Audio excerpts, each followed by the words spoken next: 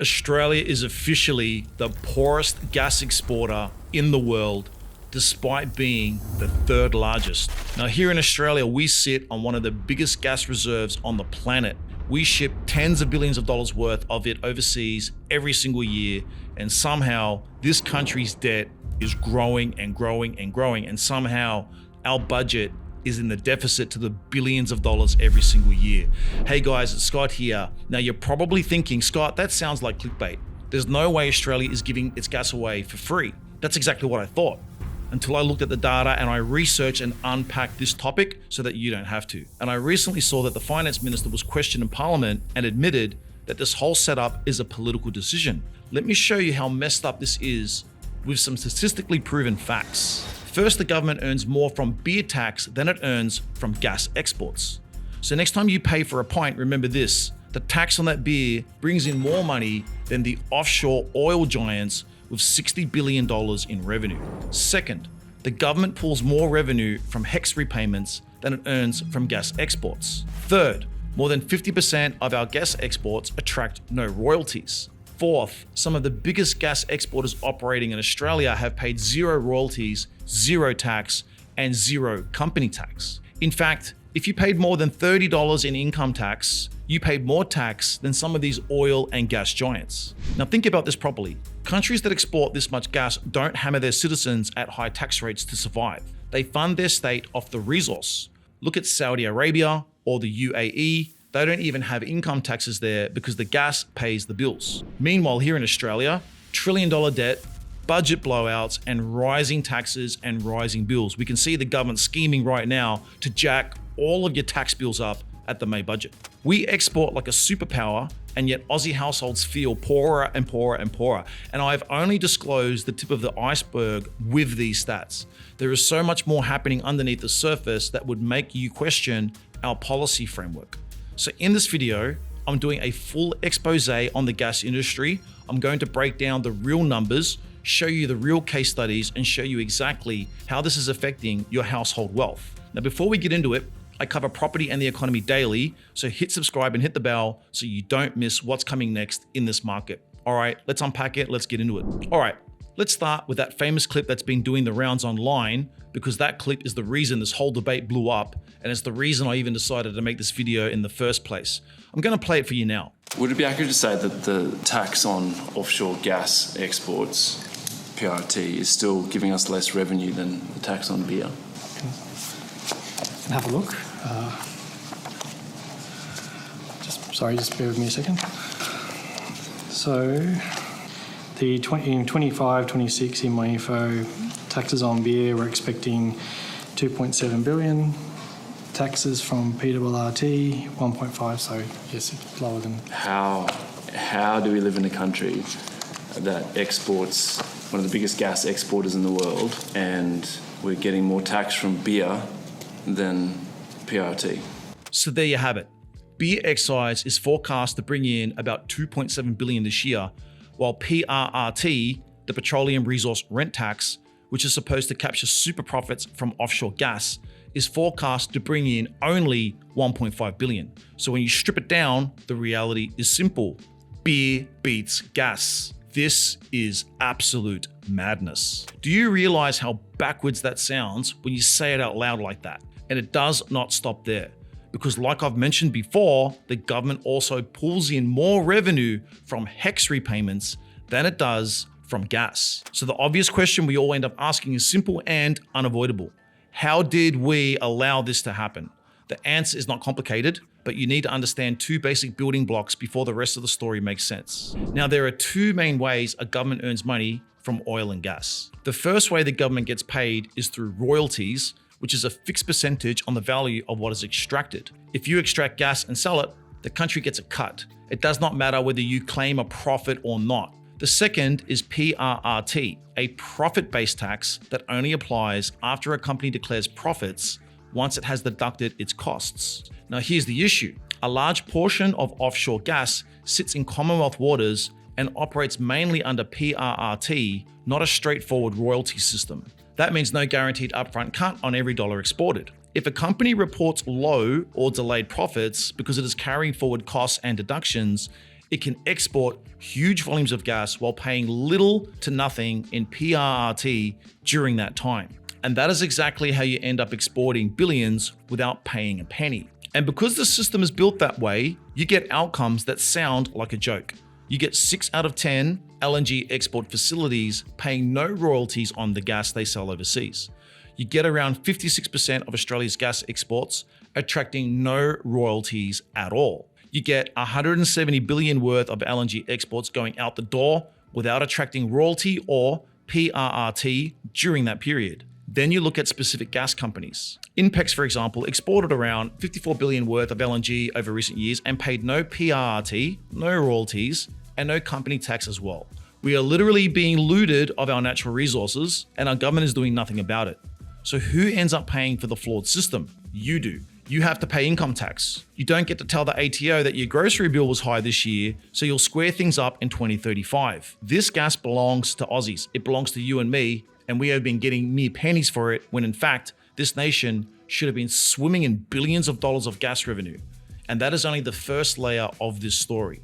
Now let's talk about how PRRT revenue is actually declining while exports are rising. Now, back in 2008, when Australia's LNG industry was much smaller, PRRT collections were relatively strong, but as exports expanded over the next decade, the tax revenue from it barely moved. If the relationship between the volume of gas we exported and the revenue we collected from it had remained even remotely proportional, Australia would be roughly 58 billion better off today. And guys, that's basically our budget deficit today. Here is where it becomes almost darkly ironic. Our current budget deficit blowout is sitting around that same figure, roughly 57 to 58 billion. If we had collected that missing 58 billion, today's budget position would look completely different. Inflation pressure would be lower. The RBA would not be staring down another rate hike or two in May. Mortgage holders would not be bracing for another squeeze. And it gets even more twisted when you look at what happened during the Russia-Ukraine war. When global gas prices surged because of sanctions and supply shocks, countries like Norway, Qatar, and Saudi Arabia saw windfall revenue flood into their economies. Their governments captured the upside, they capitalized, they got rich off of that. Their citizens felt the benefit of high prices for gas because their systems are designed to take a cut when prices spike. That is the whole point of exporting a resource. Except Australia somehow became the silly exception. We had the global price surge, we were exporting enormous quantities of LNG at elevated prices, and yet we still failed to capture the upside because our tax settings allowed companies to shield profits and delay payments. So while others cashed in, we here in Australia, we missed out. That is where the government messed up due to poor policy design. Okay, so let's get really blunt about why this keeps happening. If you rely on a profit-based tax that only kicks in once projects are cash flow positive, companies will find a way to show losses for years and legally avoid paying tax during that period, which means we receive little to no revenue.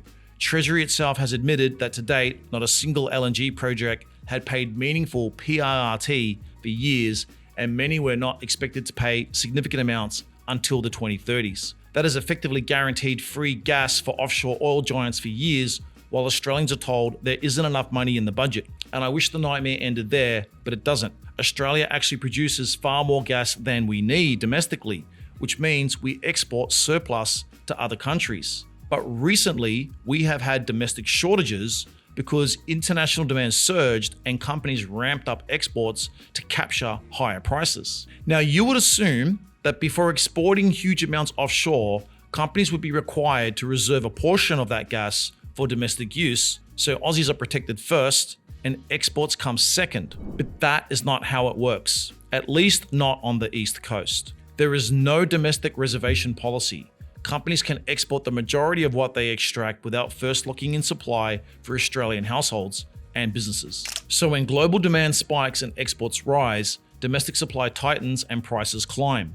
When prices climb, you feel it through higher gas bills, higher electricity costs, higher business costs, and that gets passed on through the economy. We have literally seen this play out. One of the big parts of our domestic inflation is energy prices. So let me make it abundantly clear what's happening. You own the gas. It's what we're literally sitting on, but somehow foreign companies have found a way to take it from you. Sorry, let me correct myself.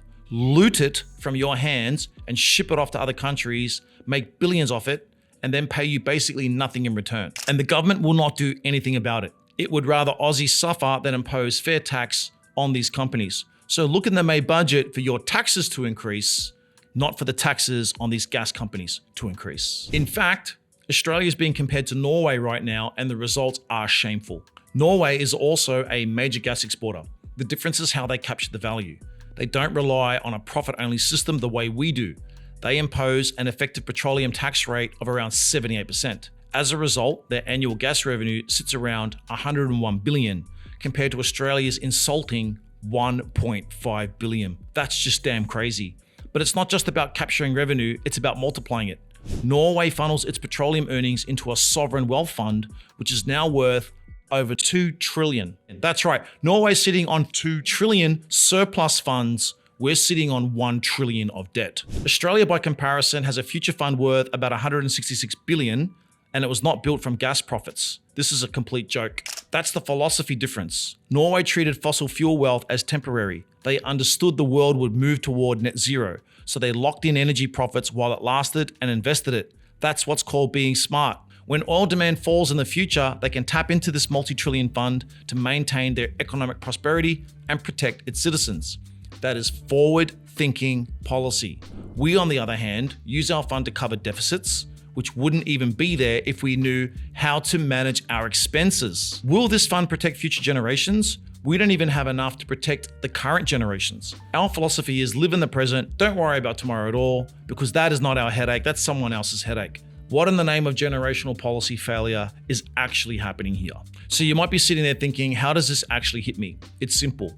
If the government does not fix its gas policy, this country will keep running deficits and this economy will keep leaning on your income tax to survive. So you can expect to pay more tax over the coming years. And that is not fair to you, especially when you're lucky enough to be a citizen in a country sitting on one of the largest gas reserves on the planet. There have been credible suggestions that if exports were taxed at around 25%, Australia would see 17 billion more in revenue.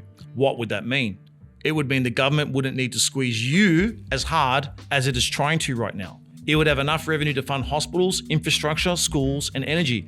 They would have enough money for infrastructure to bring down housing costs and release more housing supply. Now, do you see how directly that connects to your life? This is impacting you every day in your rents, your mortgage, your housing options, your tax. For example, why are we not looking at massive tax breaks and tax cuts? We are not, because of how stuffed our economy is right now. And unless this policy framework changes, you will keep paying for a resource you already own. So this is the reality. Now, if you want to be angry at the policy choices that allow this to become normal. Now, there's war happening in the Middle East, and there could be oil shortages because of tensions around Iran. Expect multiple articles and news channels covering how there may be a shortage of gas in Australia. We can also expect oil prices to shoot up. Imagine our government hitting us with higher gas bills in the middle of an inflation crisis just because they couldn't reserve enough gas for domestic use and couldn't tax these companies properly to maintain a financial buffer for Aussie households. When it all starts to fall apart, you're going to realize just how messed up this system really is. Now, if you want more breakdowns like this, I cover property and the economy and policy every single day. Hit subscribe and hit the bell, and then tell me in the comments whether you think Australia is being governed for Australians or whether we're being managed for the benefit of people who do not even live here.